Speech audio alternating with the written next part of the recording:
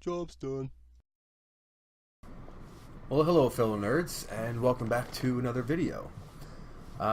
Today's video is going to be talking about mages, and well, kind of to give you a backstory, I have been a part of a thread called Revert to MoP on the forums, and a few days ago that thread was deleted by Blizzard, and I myself was pretty offended because what that thread really meant to me and a lot of other people was like it was us giving feedback saying that Mists of Pandaria's class design was where we want class design to be, and the direction that Blizzard is taking class design is not acceptable, and we want the ability back to be good again and have the have player choice when it comes to playing our class, playing our specs. And we lost a lot of that with, it first started with WoD. We lost a little bit. It wasn't as bad. The Legion was really bad, and it looks like it's becoming even worse in Battle for Azeroth, which I didn't really think would be a possibility, but it is happening. So today's video is about mages, as I already mentioned, and basically I'm going to be comparing Mists of Pandaria Mage to Legion Mage. I'm going to be going over the amount of offensive abilities, defensive abilities, CDs, CCs, and passives, right? So for Frost, I wrote down 13 compared to Legion's 8. For Fire, I wrote down 12 compared to Legion's 9. And for Arcane, I wrote down 11 compared to Legion's 5 for Arcane, right?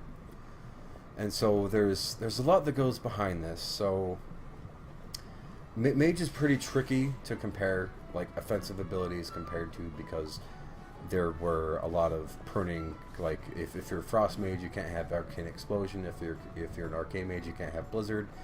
If you're a Fire Mage, you can't have Blizzard or Arcane Explosion, that kind of thing. So those things kind of do come into factor here, although they were available, and I remember actually using them on my Frost Mage, because, like, think about it, if you're in an arena and you're trying to get a rogue out of stealth, you can use Arcane Explosion and Blizzard, right? Either one. So let's just kind of go over these. So very first off, offensive abilities: Arcane Explosion, Fire Blast, Frost Bolt, Frostfire Bolt, and this can end up being a passive because of Brain Freeze and how the Mage Bomb tier, the ticks from the tier, would set off your Frostfire Bolt. Living Bomb ticked less often, so you had a chance of getting less of Brain Freeze proc depending on your haste. And Nether Tempest gave you a lot more procs. But I remember at higher gear levels in SOO, it procced just about the same as Living Bomb. So Living Bomb was mostly good for, most of the fights. Frost Bomb, I never really ever used it, right? So anyway, offensive abilities: Ice Lance. And then we've got Flame Strike. Mirror Image it could be considered a CD, but it's also like a defensive ability because it was a passive and it attacked your target. Then we got Blizzard, Frozen Orb, which CD too, and Mage Bomb tier. That is also considered an ability because you had a whole tier dedicated to one ability and you chose which bomb you wanted to get, right? And then Alter Time could be considered an offensive ability. It could be considered a CD. It could be considered a defensive, right? Because the reason why it's an offensive is because once you build up all your procs with your Ice Lances and your Brain Freeze and just all your trinkets and everything going, you can snapshot everything. Press Alter Time, like even your health. If you were low on health, like in an arena, I use this all the time. If you were like, if you knew you were going to get low on health, you pop it when you're full health. As soon as you get down to low health, press it again, and you have all your CDs or all your procs back and all your health back, and you go back to the place to where you popped it from. So there's a lot that goes into that. So how many did we count for Frost? 13 compared to Legion's 8. Let's just do this. Huh? I got a notification from Twitter. Okay. Okay. Just real fast. Ice Lance. Yeah, go back. Blizzard. Ebon Bolt. Flurry. Frostbolt. Frozen Orb. Glacial Spike. Ice Lance. And your pet because of the water jet, right? Yep. And that's it. Right? Okay, so defensives. Like, I'm just going to be honest. Like, the defensives are about the same. The CCs are about the same. Except for Mists of Pandaria, you had a lot more choice. In Legion, I'll be honest, I haven't done arenas since WoD because of the lack of CCs. I remember the CC tier, right? Frostjaw, single target stun, Ring of Frost. I actually remember using Ring of Frost way more than Frostjaw just because I don't know, I used it better. I didn't really like the single target one. Like, about the same cast time, you know? Anyway, so that's the CC. That's the major difference right there, as well as alter time. And in an arena, alter time gave you that option of being a better player instead of having to just kite all over the place and just keep everything slowed as much as possible. Like, it just, the gameplay was just much better. It's anyway. And passives. So, I mean, mastery, that could, I guess that could be considered a passive. And then, you know, all these passives here. I wrote down, what, 5 for Mists of Pandaria, and all of those passives are like active passives. Like this one, it reduces your cast time loss by being attacked. And this one is an active passive, like it procs your Brain Freeze proc, right? And same with Nether Attunement, like Spell Haste, Mana Regeneration, you know, that's... You get better Mana Regeneration is a passive, and then improved Counterspell, like this would actually silence your targets instead of just interrupting them, like, you know? If I was going... Sorry, my nose is... Something's tickling it, it's weird. If I was attacking a healer and I knew that he was going to try to start healing himself instead of another person, right? I would just pop my counter spell and keep him silenced until he's dead.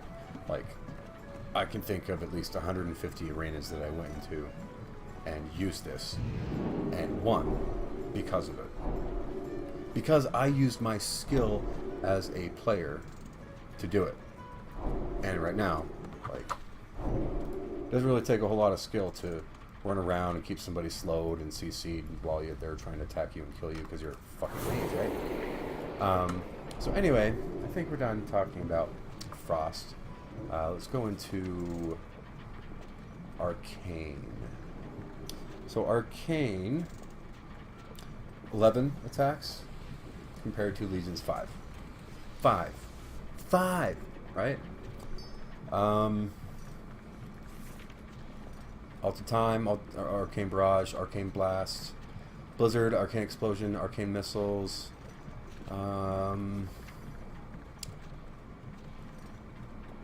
Fire Blast, Ice Lance, Frostfire Bolt. I remember actually using that.